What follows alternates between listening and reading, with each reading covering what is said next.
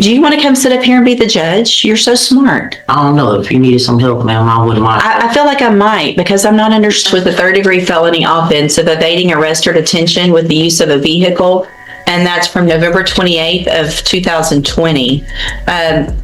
The indictment further alleges that you were previously convicted of assault family violence, a third-degree felony, December 5th of 2014. And how do you plead to that charge? Say again? So to the charge, let's start with just evading arrest or detention with the use of a vehicle from November 28th of 2020. How do you plead to that charge? Guilty or not guilty? It's guilty or not guilty. Either you did it or you didn't do it. I thought that's what the plea was. There's a plea agreement means in my court, you either enter a plea of guilty or not guilty. Okay.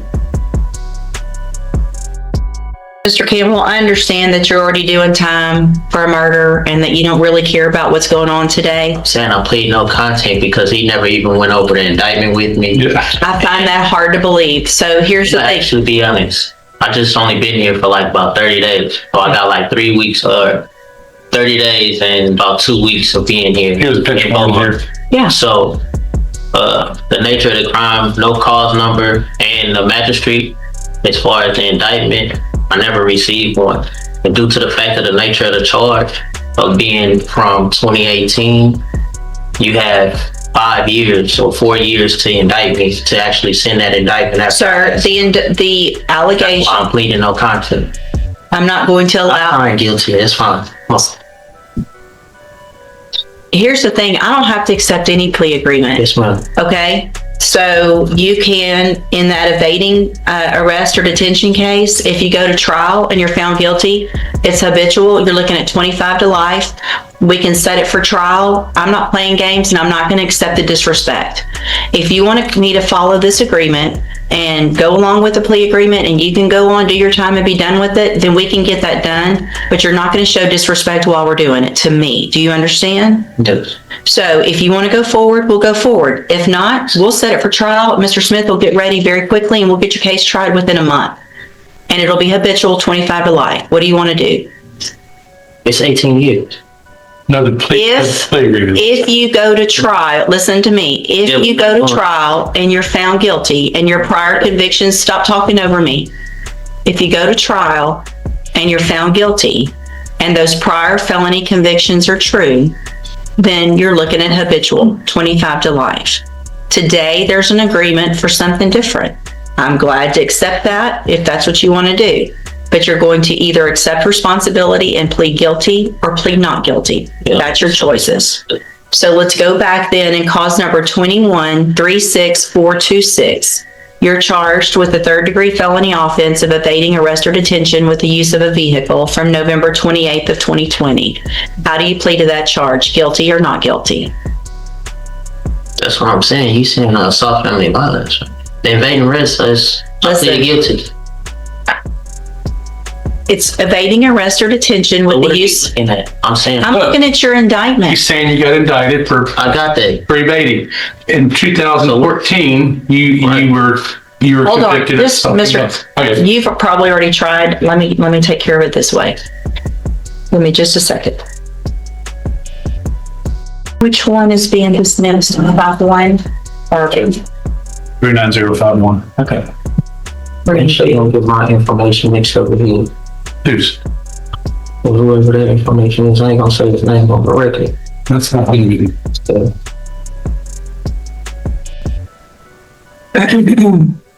Just a second. Maybe it's taken care of.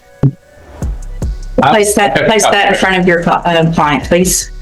Now, that is cause number 2136426.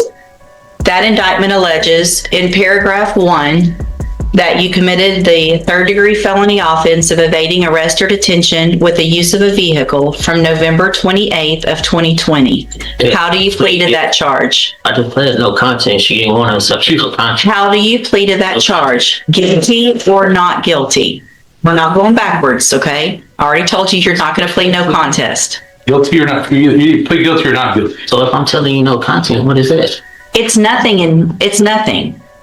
You're not allowed, I can take a plea of no contest or I cannot take a plea of no contest. That is up to the court. You're not legally entitled to plead no contest if there's a plea bargain. I'm telling you, if you want me to accept the plea agreement, you're going to plead guilty or not guilty. I've already told you that. I'm not going to tell you again. If I have to tell you again, guilty or not guilty. I'm saying. Period. I'm about to set your case for That's trial. saying that I'm not. That's basically saying that I'm. We're not going to argue the law. I'm not, or I'm guilty. We're not arguing That's the law. basically just saying that I state that. I'm not going to argue the law with I'm you. guilty. Just sign. Go ahead. That's guilty. Go ahead. That's what y'all want anyway. Listen, I'm cool, man. Just go ahead. well, you're not. You're really not being cool, and you're making me very frustrated. Ma'am, I respect your call. Just go ahead and give me the Nothing here. plead guilty. There you go. So you plead guilty to evading arrest or detention Yes, with ma'am. use of a vehicle. Okay. The next count, the next paragraph that you're looking at says that you were previously convicted of assault family violence December 5th of 2014. Is that true or not true that you have that conviction That's on your true. record? Okay. And that's not the same That's case okay. as far as Look. evading arrest, ma'am. That's two different charges. So if you really want to be technical as far as being a habitual, that's called a repeated offender. But Exactly. And that's, listen, so Mr. Campbell, that's that's, 15. wow. Thank you. Do you want to come sit up here and be the judge? You're so smart. I don't know. If you needed some help, ma'am, I wouldn't mind. I feel like I might because I'm not understanding. Mr. Campbell, you're getting a deal to go on count one only, which makes you a repeat. I get that you've been through this before and you understand what's going on, but you're making this more difficult. If you go to trial, you could be habitual. Today, if we take this great plea agreement, it's repeat. I understand that. I've been doing this for 30 years. Okay?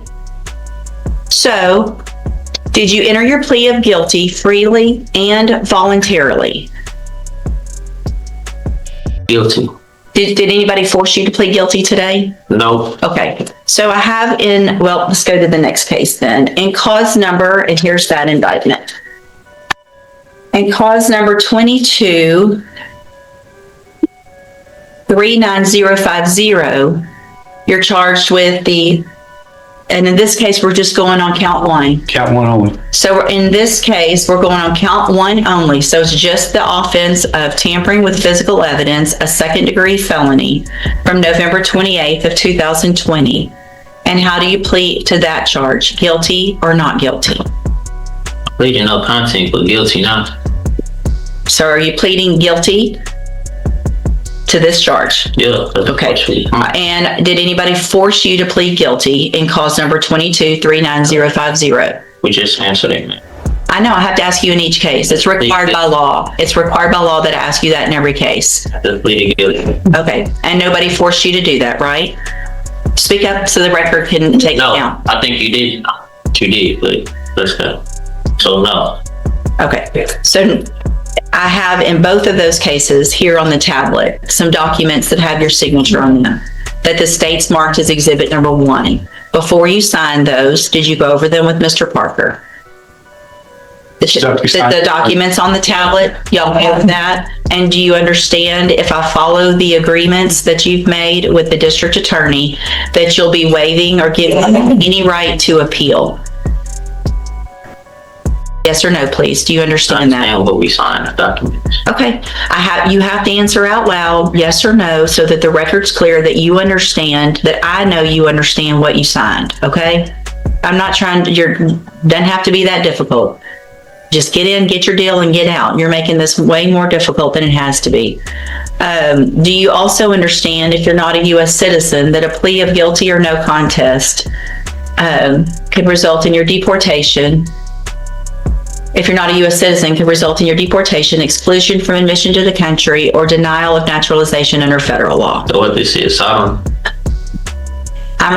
required to ask everyone that. Are you a U.S. citizen? Yeah. Okay. State tenders number 1 in each case. Objection. It's admitted in each case. Is there any evidence that Mr. Campbell is not competent? No, you're good. You said I just printed the wrong thing. She asked me if I thought that there's evidence you weren't. I said, no, there's not. He's competent. I just printed the wrong stuff. Did I print both of the Give him the certifications? Thing on that. Sure. Please. Please. Okay. All right, Mr. Campbell, I'm going to find in each of your cases that you, Mr. Campbell, pay attention to me for a second, please. Oh, fell, please. I ain't drinking, Mr. Campbell, you ready? Yeah. In cause number 21-36426, I'm going to find that you entered your plea of guilty and true freely and voluntarily. Find that you're mentally competent and you understand the nature and the consequences of your plea. Find sufficient evidence to find you guilty, and at this time, find you guilty of evading arrest or detention with the use of a vehicle. Find that prior conviction true. Sentence you in accordance with your agreement to a term of 18 years in the institutional division of the Texas Department of Corrections. You will receive credit on that sentence. Law gives you the right to receive. So can you say that on record? I'm on the record. No, I'm saying say that how long I've been in custody. I don't know. I don't have that information. 5 years. Okay, you'll get all the credit that you are entitled to get by law. In cause number 22-39050, also find that you entered your plea of guilty freely and voluntarily. Find sufficient evidence to find you guilty, and at this time find you guilty of tampering with physical evidence. Sentence you in accordance with your agreement to a term of 18 years in the institutional division of the Texas Department of Corrections. You will also receive credit on that sentence for any time that you've been in custody that the law gives you the right to receive. These two cases will run concurrently, which means together at the same time and concurrently with any other sentence that you're currently serving. I have signed a dismissal as part of this agreement in cause number 22-39051. I'm handing you in both of your cases the trial court certifications that shows these were agreements that I followed, and so you've waived your right to appeal. I've also handed you a written admonishment regarding your ineligibility to possess a firearm or ammunition. Because of the judgments entered against you, you're ineligible under Texas law to possess a firearm or ammunition. Possession of a firearm or ammunition could lead to charges against you. Firearm is a legal term. You should read that written admonishment. If you have any questions about the laws that make you ineligible to possess a firearm or ammunition, or about how long it lasts, you can talk with your attorney. You can go back with the bailiff. So do I get my papers for my time, sir? Go back with the bailiff. Is you gonna bring me my papers for my time, They sir? have it in the jail. No. Excuse me? No, they have it at the jail. No. I told you. You didn't tell me. Why wasn't that bad? I mean, this one might be difficult, and Judge, this one's really gonna push you over the edge. Difficult with this one. This courtroom battle ended with the judge standing firm against repeated interruptions and confusion. The defendant ultimately pleaded guilty, receiving 18 years in prison. On both cases to run concurrently, the judge made sure every legal requirement was satisfied, and the case was finally closed.